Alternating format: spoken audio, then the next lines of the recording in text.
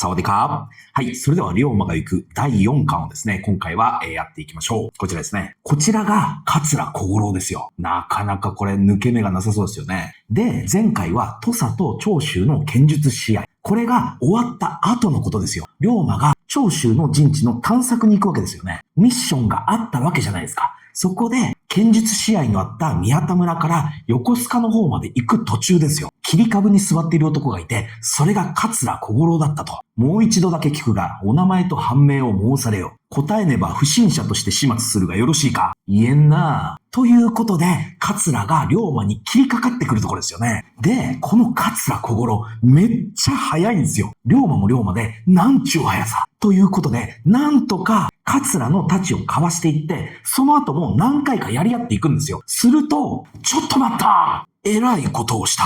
という風に龍馬が言うわけなんですけれども、桂としては驚くばかりですよね。だって、侍が真剣を抜いてですね、やり合うっていうことは、文字通り命のやり取りをしている最中ですよ。そんな時に待ったもクソもないわけじゃないですか。ただ、目の前の龍馬は、刀が欠けちょると言って真剣に落ち込んでいるんですよ。兄の権平がわしの門出を祝うためにわざわざ土佐火事に打たせたもんじゃ、孤島も及ばぬ上々の出来で、焦げな刀は万に一本もないぜよ。とか言って喜んじょったかよ。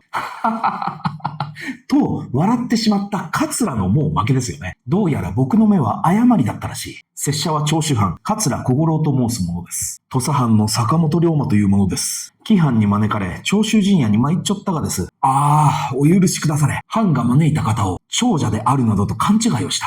いやいや、わしは長州陣地を探りに来た長者じゃよ。だからおまんの目は正しい。それで、正しいついでに長州陣地のことを教えてくれんかの。それは無理だ。藩の秘密を明かすことはできぬ。アホ、そんなもんは秘密でも何でもないわい。何？土佐藩は藩の編成も陣割りも古すぎる。だから評判の高い長州陣地を参考にして、土佐の守る品川の防備をもっと堅固にしたいだけじゃ。同じ国の藩同士がそれを隠したり、隠されたりするようでは、日本はもう守れんよ。面白い。坂本くん。君に長州陣地のすべてを教える。これが幕末における奇跡。坂本龍馬と桂小五郎の出会いなんですよ。で、この後、この二人は腹も減ったということで、二人で一緒にご飯を食べに行くんですよ。ところで、長州陣地のことだが、そのことならこの絵図一枚を見てもらえればわかる。海の深さまで測量しとるがか？こんな見事な絵図は見たことがない。こんなすごいもん誰が描いた？僕だ。おまんは一体何者じゃ？という風に、龍馬としてはただただ驚くばかりなんですよ。この時、桂は桂で、実は龍馬の魅力にどんどん引き込まれていっているんですよ。すでに。だから、もういろんな考え、事情を全部もう話しちゃうんですよ。だって、龍馬はいちいち驚いて、感心して、かつ感動してくれてるんですよ。自分の話に。しまいには、これは測量で僕が思ったことを書いた、殿に出す手紙だ。ということで、そこまで見せてくれるんですよ。殿っちゅうと、長州藩主、毛利高親様かえ？そうだ、坂本くん。用意の侵略からこの日本を守るためには、藩の組織を根本的に変え、洋式軍隊に改造するしかない。じゃが、この憲白書でお殿さんが機嫌でも損ねたら、おまんは罰を受けるじゃろう。そんなことは覚悟している。だが、言いたいことも言わずに、日本が用意の食い物にされるのだけは我慢ならぬ。偉いもんじゃ。そんなことないさ。いや、おまんはすごい。長州にはおまんのような人間がうじゃうじゃいるのかい？吉田松陰。それ以外は眠っているな。土佐も眠っちょる。だが、もう眠っちょらん。この坂本龍馬だけはたった今、桂小五郎に目を覚まされた。そんな会話をしつつ、桂が長州陣地に帰るわけですよ。そしたら、剣術試合の結果を聞くわけじゃないですか。何？たった一人の土佐藩士に、長州の5人が剣術試合で負けたのか？はい。誰だその男は？北進一刀流の坂本龍馬さんです。こうして坂本龍馬と桂小五郎、互いが互いの魅力を感じるのが最初の出会いだったわけですよ。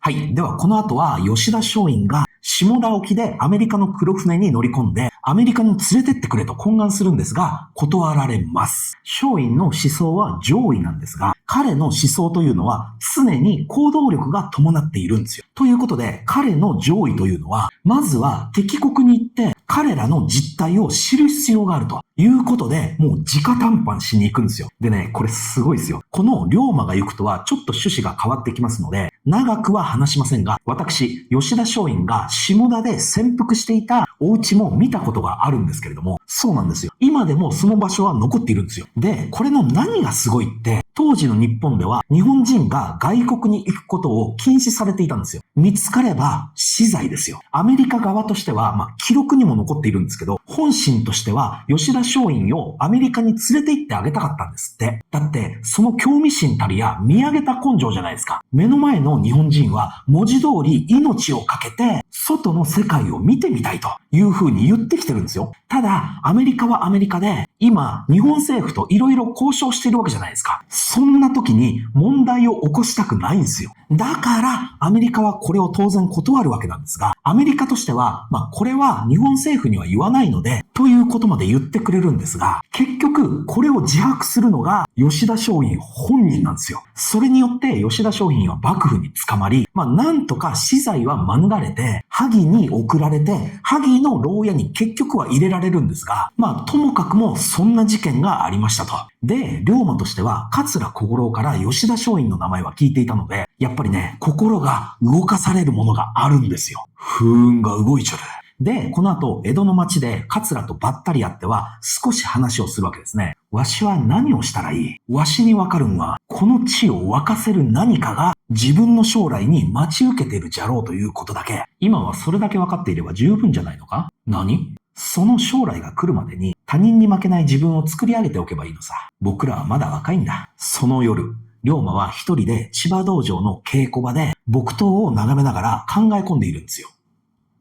確かにわしはあれこれ考えられん。今は剣術しかない。桂は桂、わしはわしじゃ。もっと強くなろう。こうして剣に集中することを決めた龍馬がいるわけですよ。で、実際にね、この後の一定の期間は不思議と龍馬に関する記録があんまり残ってないんですって。一つを除いては。その一つというのが、後々多分出てくるはずなんですが、江戸で剣術大会が行われるんですよ。それ以外は、ということですね。というのも、これは日本の事情にもよるみたいなんですが、日本史の何がすごいって、文書で残っているものが世界的に見て圧倒的に多いみたいなんですよ。日本っていうのは昔から世界が驚くほどの識字率を持っていて、つまり文字の読み書きができる民族なんですよ。で、ましてや、この幕末の時代っていうのは、たったの150年、160年前のことじゃないですか。さらにもっと言うと、龍馬の場合は、手紙がいっぱい残ってるんですよ。特に乙女姉やん。そんなこともあって、いろいろわかる資料があるにしろ、その上で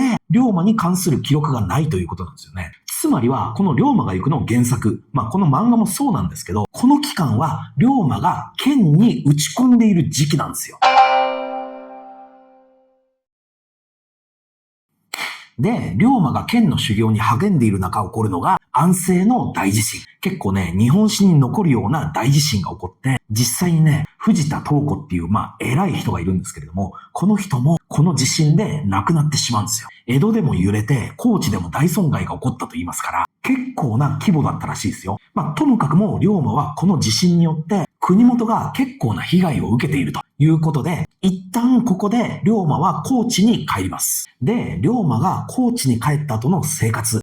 これも原作といちいち同じなんですよ。当たり前なんですけれども。で、龍馬は乙女姉やんのところまで行くわけじゃないですか。乙女姉やんはこの時すでに結婚していて、岡ノ上さんというところに嫁いでいますから、実家にはいないんですよ。そこを訪ねる龍馬。で、この乙女姉やんの旦那さん、岡ノ上さんがお医者さんなんですよ。で、江戸から帰ってきた龍馬に、土佐の人っていうのは、当然、江戸の様子のことを聞きたがるんですよ。それから、なんといっても、龍馬が江戸に行っていたこの1年8ヶ月の間に、ペリーが2回も来てるじゃないですか。そのことですよね。そのことを聞きたいわけなんですよ。で、そんな話をしている中、乙女姉やんの旦那さん、龍馬からしてみれば、義理のお兄さんですよね。すると、龍馬さんは上位党かい？もちろんそうですな。アメリカを遺敵じゃと思うてバカにしちょるがか？もちろんしちょります。それは良くないの。そのバカどもはどえらい力を持っちょる。わしは土佐の片田舎の医者に過ぎんが、若い頃に長崎で蘭学を学んだから外国の怖さを知っちょる。奴らの医術、軍事力に比べたら日本など赤子も同然。それも知らずに上位論などを唱えるのは無学無知のアホじゃ。こんな風に新しいものの考え方、言ってみればこの当時の日本中9割9分までが上位論なんですよ。いや、わかんない。9割9分までは言い過ぎかもしれないんですが、要するに、ほとんどが上位なんですよ。つまり、外国人を追い払って、外国とは付き合わないですよっていうことなんですよ。考えなんですよ。で、もっと言うと、これは信じられないことなんですが、この当時の日本が外国と通商をしない、語弊を恐れずに言うと、鎖国政策。これは本当のところ、江戸幕府が始まって最初の頃に打ち出された政策なんですよ。これを当時の常識では知らずに、もうね、神話の頃からそういうもんだと思っていたらしいんですよ。だから日本っていうのは島国じゃないですか。この当時の幕末の時代から遡ること250年前から確かにこの鎖国政策は続いていたわけなんですよね。ただ、この鎖国の歴史が250年前から始まったものだと知らずに、ずーっと前、だからもう紀元前660年とは言わないですけど、そのぐらいの神話の時代からずっと日本はそういうもんだと思っていたのが当時の人たちですよ。もっと言うと、頼山陽っていう人がいるんですが、その人が書いた日本外史にはきちんと250年前の鎖国政策のことが載っていたらしいんですが、ただ、その日本外史を読む人っていうのは一部の人たちだけですよね。だから、まだまだそれも常識論じゃないんですよ。一部の知識階級の人たちが知っていると。だから、例えばですけれども、当時の天皇、今では孝明天皇というふうに我々は呼んでいるんですけれども、この孝明天皇も大の上位論者であったらしいんですよ。ただし、この孝明天皇ですら、250年前の鎖国政策のことなど知らずに、古代より日本というものは外国と通商などを行ってこなかったと。外国の人たちが日本国に入ると、この土地が汚れると。そういった、神道、ちょっと宗教色が強いようなものの考え方ですよね。発想と言いますか。ともかくも、それが常識論である中の義理の兄さんの意見なんですよ。だから、貴重なんです。夢見ていますか？この国の未来をもがいていますか？明日を生きるため志高く駆け抜けた同士の使い切られた命に